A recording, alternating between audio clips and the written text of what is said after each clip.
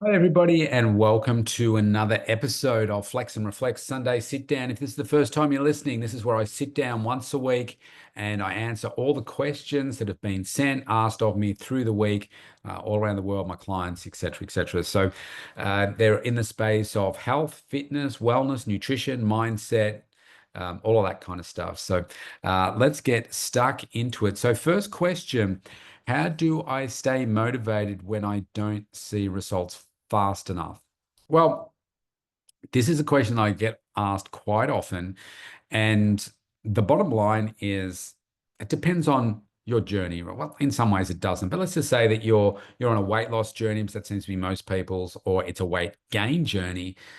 If you don't see the number changing on the scales, either up or down, whichever way is supporting your goals, then that can be really debilitating. It hits you here in the heart, it hits you here, and you think, oh, I'm wasting my time, etc., etc.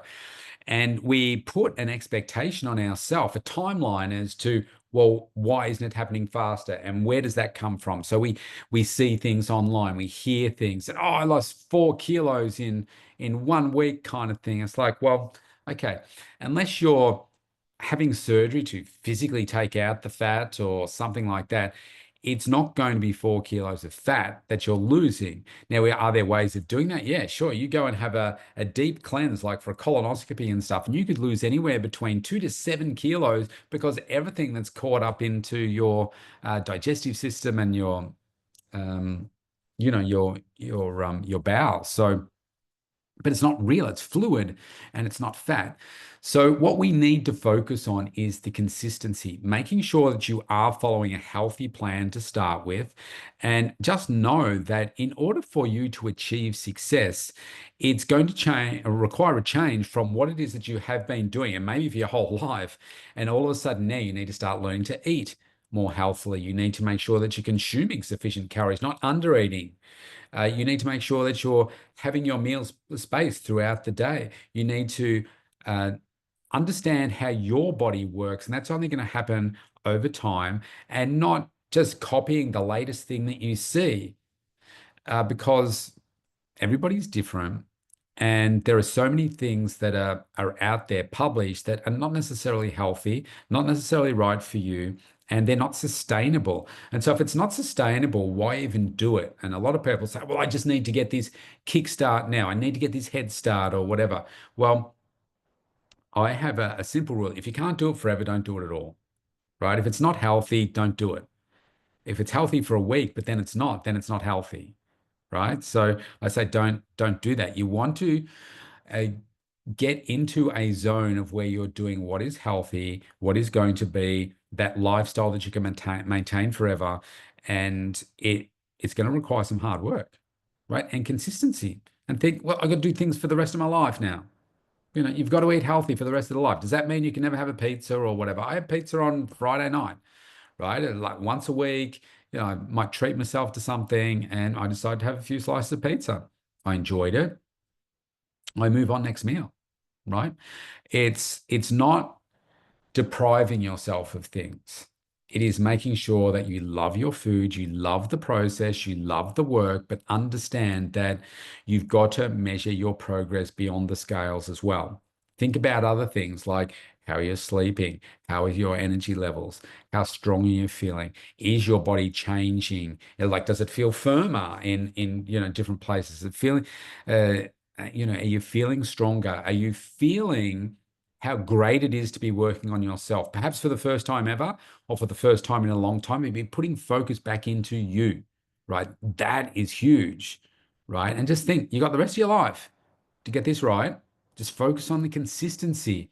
Get yourself a coach like me that you can work with, that you resonates with you, and somebody that has thousands of success stories and impact in achieving the things that you want to achieve, right? Doing it healthily. Just be consistent, be patient, but maybe you're just not doing the work. You're not, lifting heavy enough. You're not eating the right food. Most people that come to actually every single person that's come to me and said, oh, yeah, my food's pretty good. And they go through their food and it's like, your food is not good, right? It is not supporting your goals. And they don't understand why. And normally it comes down to they're not eating enough protein consistently enough, not eating enough plant-based food, not eating frequently enough, and just thinking that a few supplements here and there is going to be the difference. And it doesn't work that way.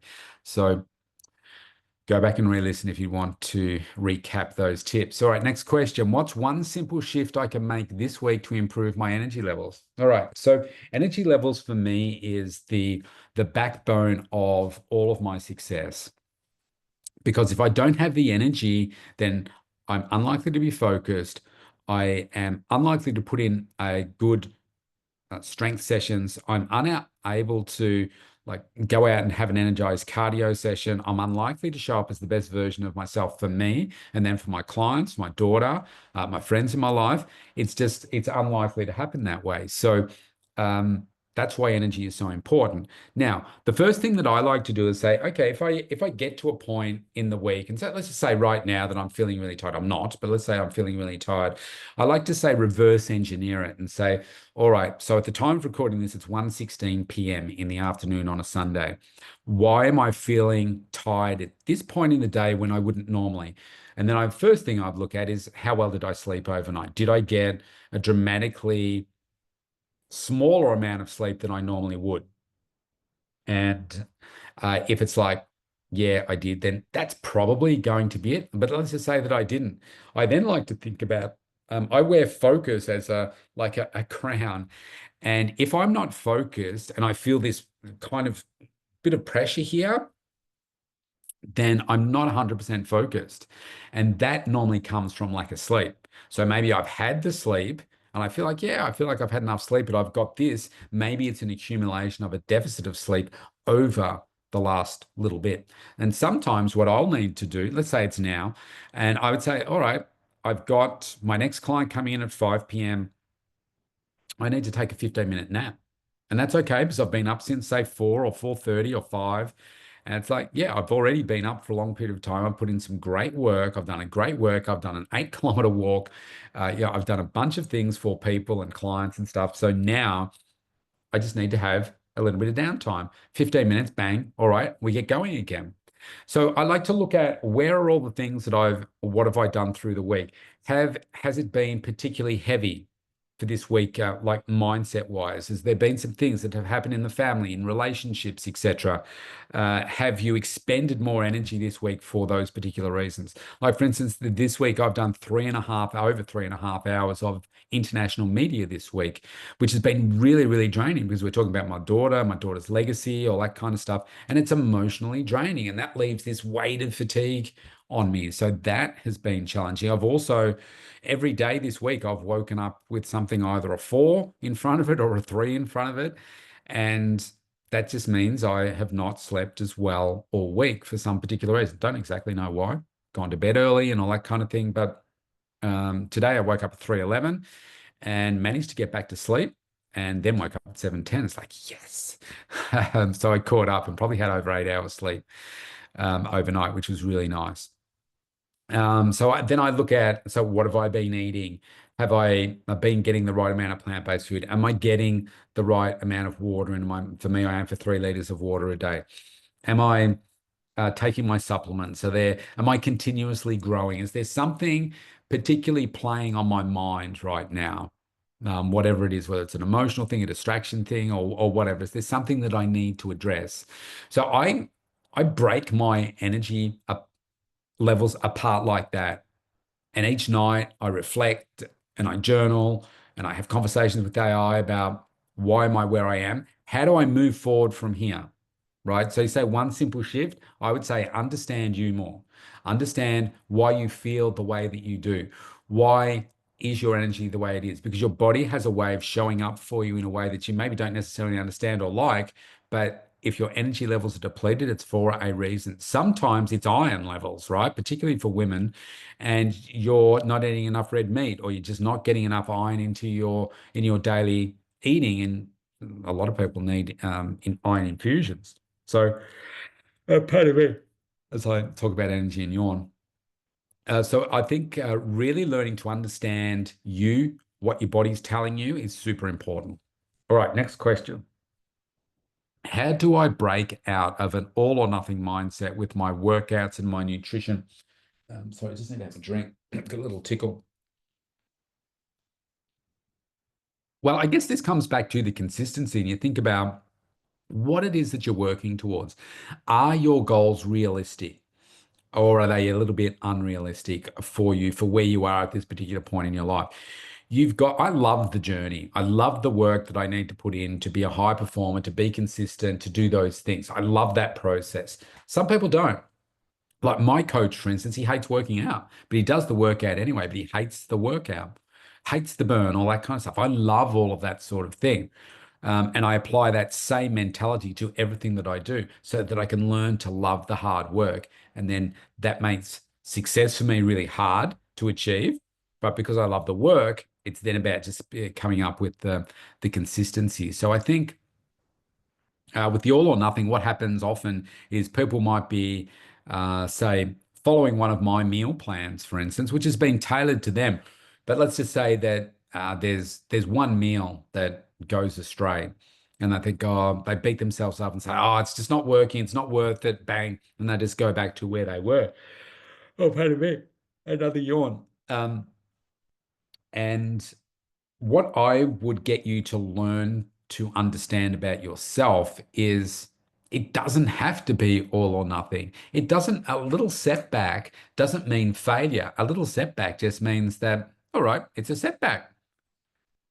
Just get back on next meal, next day, whatever it is. It's not a failure unless you stop altogether. Now, I know you're not going to do that, but you need to learn how to adapt your mindset so that you don't set yourself up for failure. I must be 100% compliant, or if I do not, then I'm a failure. And that's just like every other thing I've ever tried in my life, and I'm a failure at that too. And you catastrophize, and before you know it, it's like you've written yourself off and you're just back to where it was that you started with. That's not helpful, right? So what you need to learn to do is understand that progress takes time and it requires consistency, and you're going to fall over. Just like imagine a baby walking. A baby doesn't just decide to stand up one day and they just walk for the rest of their life. They get up, what happens first thing? They fall down, right? Because they're not used to it. They haven't walked before.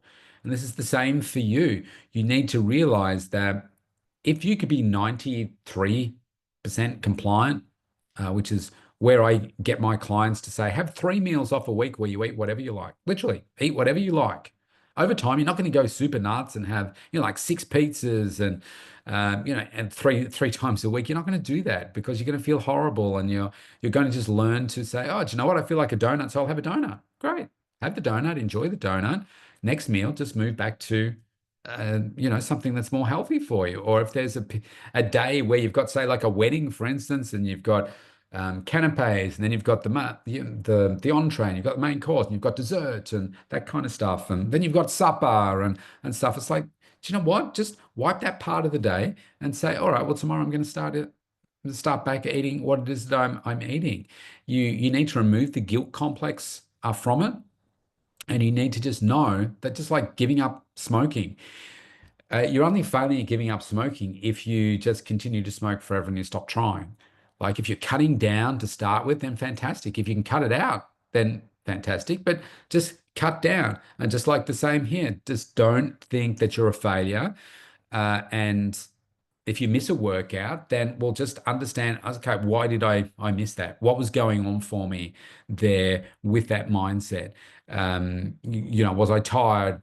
Did I just not have it scheduled? Am I trying to do my workouts at the time of the day that aren't 100% suitable for me? Like, just try again. It's constant information, and just try and understand yourself better and better so you can set yourself up for success in the future and focus on what you can do to keep moving that forward, as opposed to beating yourself up and saying fail, fail, fail, fail, fail, because that's not going to take you to where it is that you want to. Focus on the small wins, and the bigger victories will come over time. All right. Next question. What's one habit successful people in fitness and business swear by? Okay, so one thing that I hear very often is, maybe I'll just stick to a couple of things here. The morning routine, very, very important, right? Going to bed early, like getting up early is not hard. Going to bed early enough to give you the right amount of sleep to get up early is the harder part. So for me, I like to get into bed by 9:30, start to wind down. Definitely try and be asleep by 10 p.m. That doesn't always work, but try to be asleep by 10 p.m. so that I can try and get at least 6.5 hours sleep. If I can get 7, that's even better. It's been a struggle for me this week. But then it's what that morning routine like. So is it then going for a walk? Is it doing a strength workout? One or the other, or both. Like Sundays are my favorite day. So I get up, I do my strength workout. It's legs, it's a heavy workout. And then I like to go for a walk, get the lactic acid out. I record a couple of podcasts, do that sort of thing. The morning is when our brain is the freshest, and it's when we can be strategizing. I plan my nights the week before, or my days, sorry, the night before. And I use Sundays to plan the whole week out, and then I break that down into days each day to see how am I progressing. What have I got on tomorrow? What's the thing that I'm going to transform tomorrow if it's a transformational type of day? And I'm really filling myself with a lot of positive energy and can do type of attitude first thing in the morning. And often I'll do some of the hardest things of the day first up because that's when I'm going to be the most clearly thinking and that kind of stuff. Making sure that I put in some accountability measures, which is why I do this process of once a week. I write down a list of all the things that I want to do, and then I haven't done it for this week, but after I finish this, I'll be reviewing the week that was, and then I'll be pulling apart and saying, what were my successes? And I'll say, okay, great. I then delete all the points and then I start afresh and say, all right, what didn't I achieve? Why didn't I achieve that? Does what I didn't achieve last week now become number one? Or is it's just not important and it can stay down the bottom for a bit? I do that process. And so I have this self accountability. I've got a good friend that I can use for accountability as well and say, hey, can you just make sure that I do these things this week? And then they will help hold me to account for that. Coaches can be really good for that. I do that for people in what I'm coaching. I make sure that the key things that I need to achieve are scheduled. So, for instance, my workouts, my strength workouts are scheduled every day. I set a baseline for me that I must do at least 10,000 steps a day, and I just make that happen through incidental, and maybe it's some short walks as well. And I make sure that the key outcomes for my week ahead are also blocked out in time. Otherwise, they will just not happen. They just don't accidentally happen. So they'd be the main things that I hear from successful people. And if you want to go that extra level, I say using AI to have those conversations about yourself, journaling your thoughts so that I can ensure that I'm 100% focused for most of the time. I'm not a robot, so it can't be 100% of the time, but I want to be 100% focused for those pockets of time that are super important for me to achieve great outcomes. That's really important. And obviously, just eating really healthily all the time is super important. And then that just gives me this baseline of great energy to achieve everything that I want to achieve. So they're probably a high level snapshot. On the other one I'll leave you with is focusing every week on building relationships, nurturing relationships that you have, building new connections, surrounding yourself with really, really positive energy.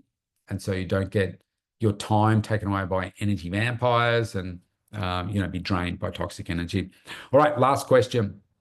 What's one mental strategy I can use when I feel like giving up? Okay. So here, I think what's really important is the self-talk. It's really easy to beat yourself up and say, pardon me, I'm not good enough. I'm a failure. The limiting beliefs, the fear of success, all of those things can be really, really difficult for you. And I think what is super important is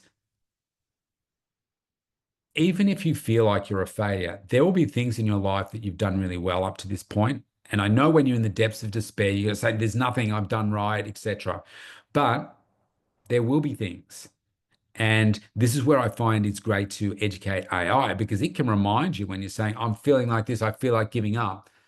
And for me, making sure that I can have ways to say, okay, let's just say that we'll language it as a failure.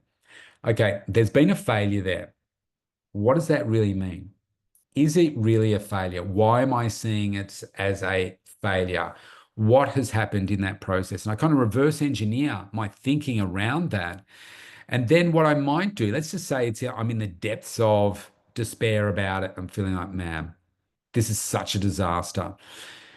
I will then say, I need to park that and I need to get out in nature for a bit. I'll just go for a walk. And maybe it might be like if I do a walk around my big block here, it's about a kilometer. It'll take me about 10, it depends how fast I'm walking, say 10 to 15 minutes. I'll just get out. I will try and let it all go. And then I'll come back and just that 10 to 15 minutes, I might be listening to music or something. And it's impossible to block everything out. You'll be finding that it's like just tapping on the windows of your mind, saying, "Hey, let me in, think about this." That's going to happen. But then you'll come back and you'll have a fresh set of eyes. And then maybe you've just come up with some great ideas as to how to keep pushing forward. But I think then it's like, all right, so what's the reality of this? Am I a complete failure? And trust me, when I lost my daughter and I was blamed for her illness and everything, and probably for her death as well, then you can think you're a failure. And in order to process everything around that, it takes a long time, right? Now, I know the role that I played in supporting her and was her biggest fan and her biggest supporter, but you, in those moments of weakness, you can make yourself out to be something that you're not. And so there needs to be a lot of positive self-talk around that. And I think when you've got a goal, sometimes it's a little bit of a reset and say, all right, I just need to reset here. And maybe that means you now need to start aiming for something else. Maybe there's something in it that you need to learn about yourself and learn about others. Sometimes we see ourselves as a failure. Let's say it's you're striving to be in a relationship. It doesn't have to be a romantic one. Maybe it's something else. Like it's very rare that somebody says no to me in a podcast. And in fact, only one person has ever said no to my podcast. And it's like, okay, why was that? I could make it about me, but I know that there's probably no one else on the planet that's done as many podcasts as me. I know that you just don't know what's going on in people's minds and lives at a particular time. And maybe for whatever reason, you're just not aligning with where they want to go to in life, podcasting, et cetera, et cetera. And that's fine. If you remind yourself of who you are, and I think there's always a learning possibility for you to an opportunity to say, all right, am I showing up as the best person of me? Do I need to check my values and beliefs? Do I need to, strive even harder to become a better human being? What messages are being sent to me? Are those real? All right, now what do I do moving forward? And that's when you need to perhaps reset your focus, reset your goals, and say, all right, I need to have this positive self-talk. I need to visualize what my success looks like. I need to get the coaching. I need to understand why it is that I am where I am and why this didn't work out. And I think with that whole process, it's kind of like reverse engineering why you are where you are right now and just knowing, well, okay, if I'm languaging that as a failure, I need a strategy that I can move forward with from here. And that's going to be resetting your goals, your focus, and trying to understand who you are, and which is what I use AI for, to help me just say, just a dump of this is what I'm feeling, this is why I'm feeling, this is the situation, bang. I feel distracted. I feel like giving up, and just see the conversation that you can get into, and it will just help you understand who you are on another level. It's really powerful. So, on that note, thank you for your questions this week. Good luck. Keep striving for success in everything that you do. Do not give up. Do not give up. I believe in you. Sometimes you just got to step away from things and just have a break and come back to it. Sometimes it's 10 minutes, 15 minutes, sometimes it's a day, sometimes it's a little bit longer than that. And so that you can just allow the mind to reset and use that time to focus on you and a bit of self-care, and then come back to it and then just say, bang, you know what? It's going to take consistency and mental toughness to get through this, and I'm going to do it. So if you want to connect with me, there's some links below here, and send in your questions. I'd love to be your coach and connect with you. I've got programs that I can work with anywhere, work with you anywhere in the world. So if you want a piece of working with me, then that's how you do it. Have a great day, everybody. I will see you next week.